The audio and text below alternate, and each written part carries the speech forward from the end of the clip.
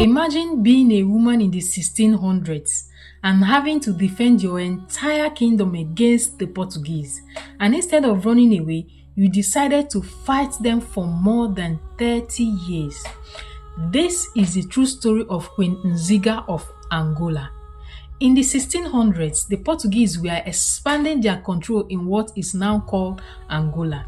They had established Luanda on the coast and were pushing further inland.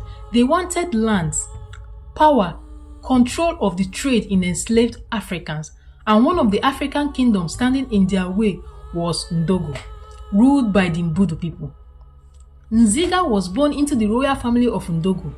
Before she became queen, her brother sent her to negotiate with the Portuguese governor in Luanda. And this is where people began to see how clever she was. She didn't immediately choose war. She negotiated. She even accepted Christianity and was baptized. She was trying to use diplomacy to protect her kingdom, but the agreement with the Portuguese did not last. The Portuguese continued expanding their power and supporting rivals against her. Then, around 1624, Nziga became the ruler of Ndogo after her brother died. Now she had a choice: submit to the Portuguese or fight. She chose to fight. The Portuguese then launched military campaigns against her, and eventually Nziga was forced out of Ndogo. But the Portuguese thought that they had won. But they were wrong. Nziga moved inland and established herself in another kingdom called Matamba.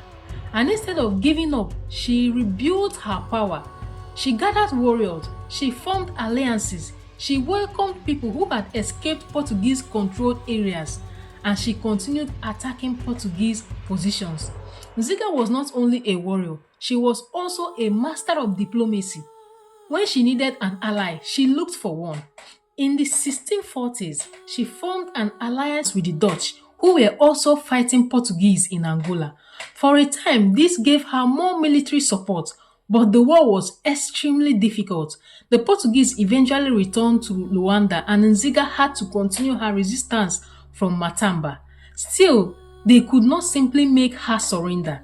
For decades, Nziga continued to fight, negotiate, and rebuild her kingdom, and eventually something changed. In 1656, after years of conflict, Nziga reached a peace agreement with Portugal. She was able to remain ruler of Matamba, and Portugal recognized her position.